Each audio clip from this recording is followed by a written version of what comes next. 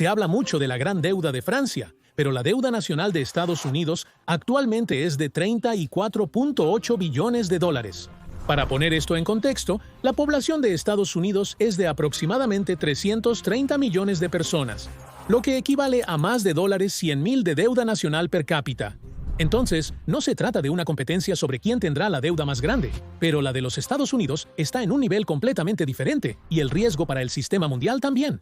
Pero lo que es preocupante no es el valor absoluto, sino la tendencia.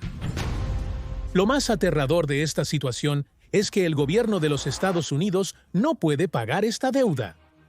Literalmente, no pueden hacerlo.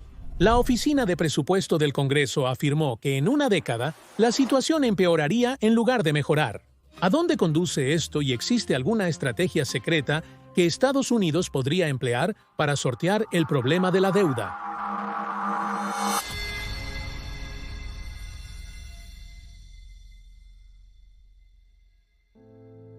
Hoy, por lo tanto, vamos a profundizar en cómo funciona la deuda de los estados, y en particular la de, por ahora al menos, la primera potencia económica mundial y sus impactos en nuestras vidas y las de los inversores. Pero para lograrlo, primero hay que comprender lo básico.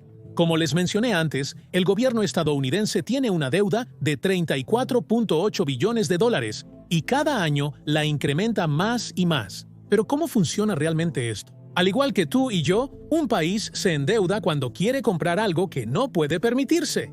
Al igual que nosotros, un país tiene ingresos y gastos, y si quiere gastar más dinero del que gana cada año, puede endeudarse para recaudar más fondos. Ahora, al igual que nosotros, esta deuda debe ser pagada. Y si se encuentra en una situación en la que no puede pagar, el país entra en default, al igual que un propietario que no puede pagar su hipoteca. Y entonces, si el gobierno necesita más dinero, vende lo que se llama un bono del Estado. Los inversores prestarán dinero al Banco Central de un país, que prometerá reembolsarles con intereses en una fecha futura establecida. La tasa de interés que obtienes depende de la duración del acuerdo o la fecha de vencimiento del bono. Por ejemplo, en este momento, el rendimiento de los bonos a 10 años de los Estados Unidos es de aproximadamente 4,3%, lo que es una tasa de rendimiento anual. Es importante notar que no solo tú y yo podemos comprar estos bonos del Estado. En los Estados Unidos, muchas empresas y países extranjeros compran estos bonos porque, hasta hoy, es una de las inversiones más seguras que existen. Japón, China y el Reino Unido poseen una gran cantidad de bonos estadounidenses. Si Estados Unidos incumpliera con estos préstamos, habría repercusiones mundiales. De hecho, China está empezando a eliminarlos gradualmente.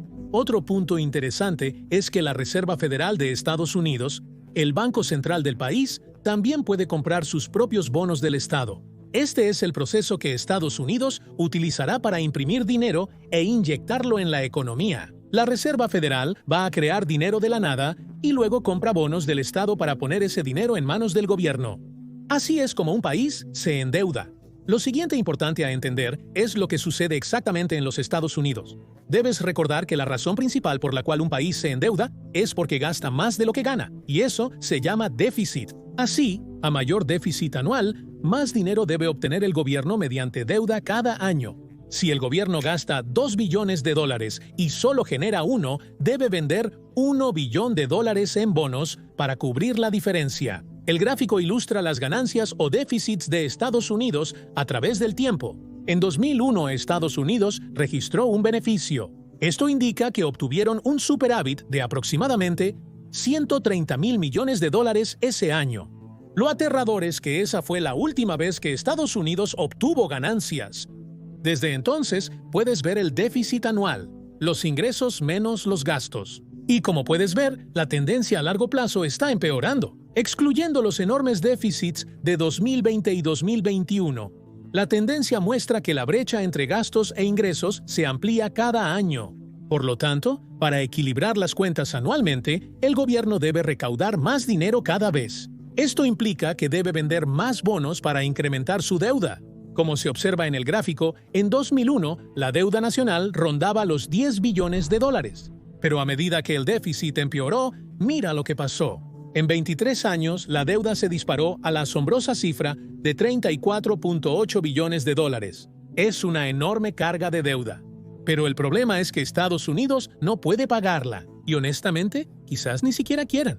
Podemos ver cómo se distribuyó el presupuesto anual. En este año fiscal, los Estados Unidos reportaron ingresos de 3,29 billones de dólares y gastos de 4,5 billones de dólares. Desde octubre de 2023, tienen un déficit de 1,2 billones de dólares. Pero mire más de cerca cómo el gobierno maneja sus ingresos. 51,7% viene de impuestos sobre renta personal, 34,2% de impuestos de seguridad social y Medicare, y 9,9% de impuestos corporativos. El resto proviene de los derechos de sucesión o de aduana. Los gastos se distribuyen: 21% a seguridad social, 14% a Medicare, 13,3% a intereses sobre la deuda, 13,3% a salud, 13,3% a defensa y 11% a seguridad de los ingresos. Y supongo que ya probablemente ven el problema, ¿no es así? Para cubrir este déficit, Estados Unidos debe entonces ganar más, gastar menos o ambas cosas. Estamos de acuerdo en que estas dos opciones son muy impopulares. ¿De verdad quieres pagar más impuestos? ¿Quieres recortes presupuestarios en seguridad social, escuelas, hospitales o el ejército? Por supuesto que no. En mi opinión, eso tampoco es cierto. Pero si no se resuelve este problema, solo empeorará.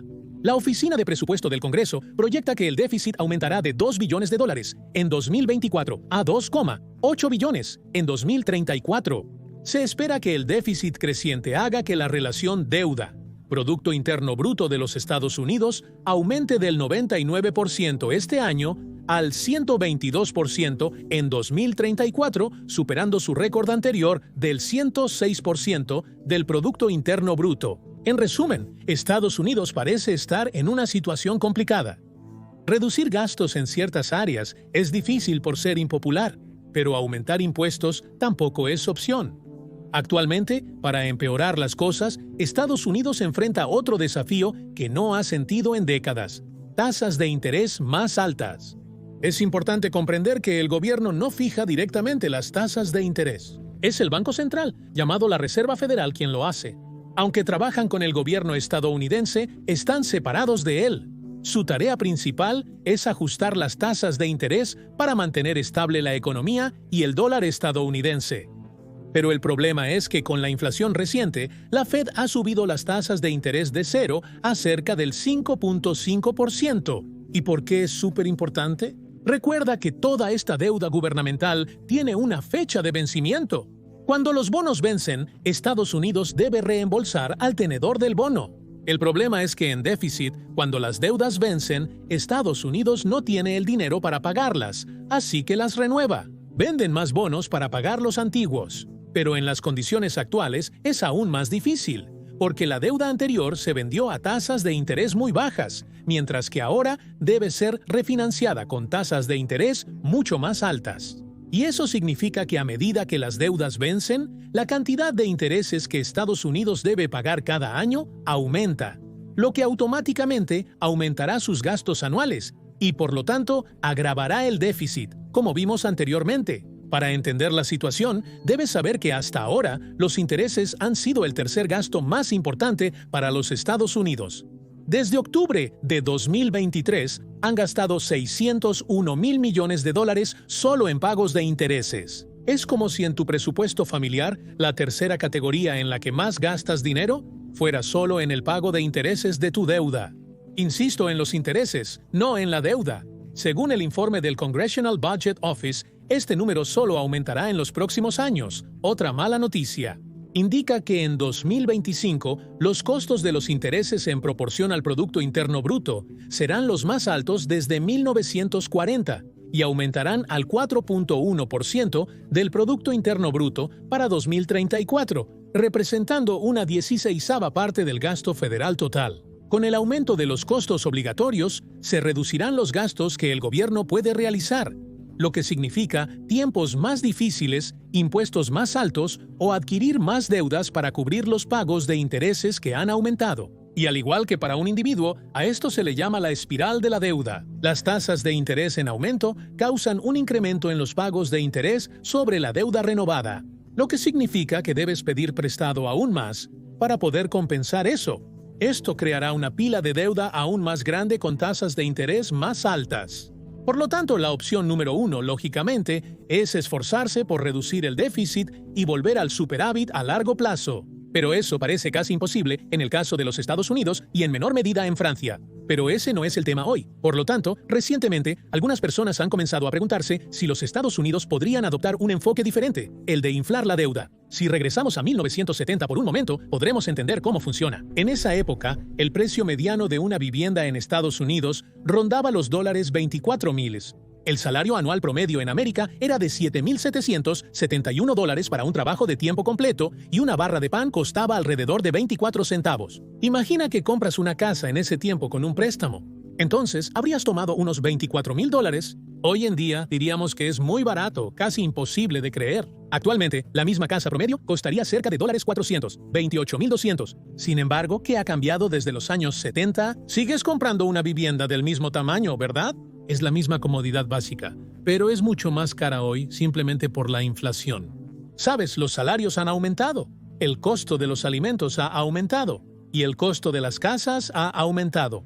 Retomando el ejemplo de la casa de $24,000, si hoy te dijera que podrías comprarla, dirías que es genial, porque eso es cerca de la mitad de mi salario actual. El gobierno de Estados Unidos está considerando utilizar el mismo método. Inflar la deuda significa que el gobierno acumula una gran cantidad de deuda y permite que la inflación reduzca el valor de su moneda, de modo que en el futuro pagará esa deuda a una tasa fija con dinero que ahora vale menos.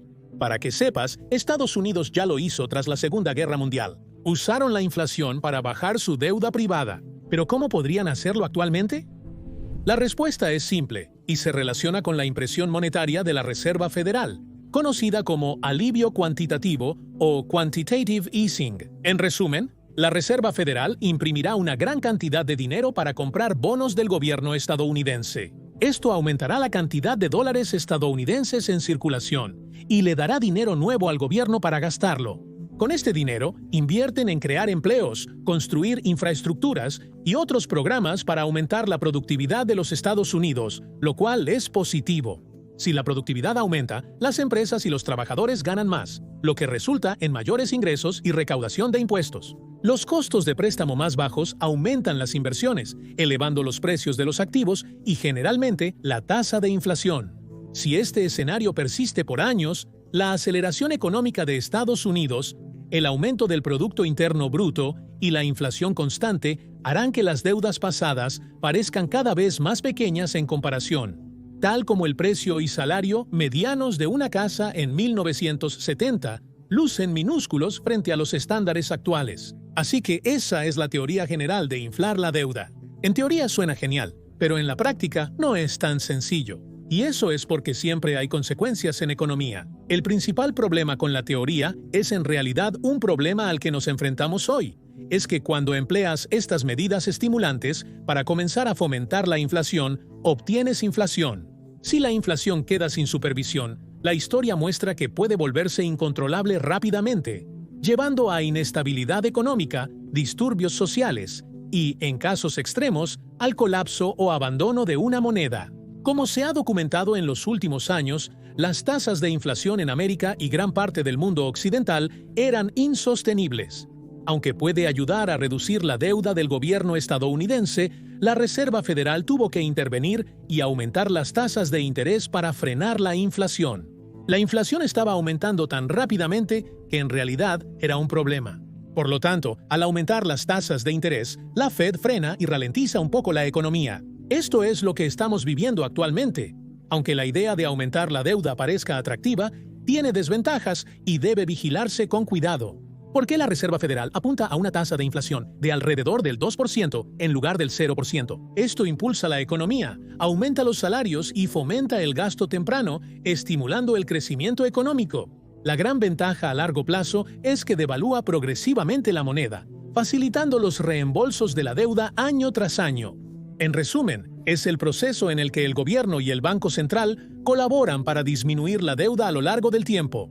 Pero a pesar de todo eso, creo que aún es bueno recordar que la mejor manera de manejar la situación de la deuda en los Estados Unidos es adoptar una política fiscal inteligente y enfocarse en reducir el déficit, como lo haría un individuo. De hecho, nos damos cuenta hoy con una inflación tan alta y un aumento del desempleo tan rápido en los Estados Unidos que jugar con fuego nunca es bueno. El enfoque más sostenible a largo plazo para gestionar la deuda de un país es tener finanzas funcionales, no inflar la deuda. Aunque hay trucos que puedes usar, en mi opinión, la prioridad para los Estados Unidos y otros países muy endeudados debería ser concentrarse en ser más productivos y apretarse el cinturón donde tenga sentido. De hecho, hay esperanza. Países como Australia, con una economía diferente pero principios similares, son un ejemplo de ello. La deuda de Australia asciende a aproximadamente 890.000 millones de dólares australianos y al 35.2% del Producto Interno Bruto pagan alrededor de 11.9 mil millones de dólares australianos de interés sobre la deuda pública. Pero es menos problemático debido al superávit gubernamental de 22.1 mil millones de dólares. En Australia, para 2023 los ingresos superaron los gastos, por lo que el gobierno ganó dinero. Y eso es la victoria definitiva para todos los países, porque luego pueden decidir usar ese dinero para construir carreteras o escuelas, pagar más deudas si quieren, o incluso hacer recortes de impuestos como lo han hecho. Me gustaría saber qué opina sobre este tema. ¿Cree usted que es grave que los Estados Unidos no puedan pagar sus deudas y continúen imprimiendo dinero de manera ilimitada? ¿O considera que, dado que lo han estado haciendo durante más de 50 años y que funciona bien, continuarán haciéndolo y eso no representa un problema? Sobre préstamos. ¿Sabía que algunas personas, debido al lavado de cerebro de ciertas marcas, es lo que explico en este video? Buenas inversiones a todos. Y recuerden, como diría Warren Buffett, si se encuentran en un barco hundiéndose, la energía para cambiar de barco es más productiva que la energía para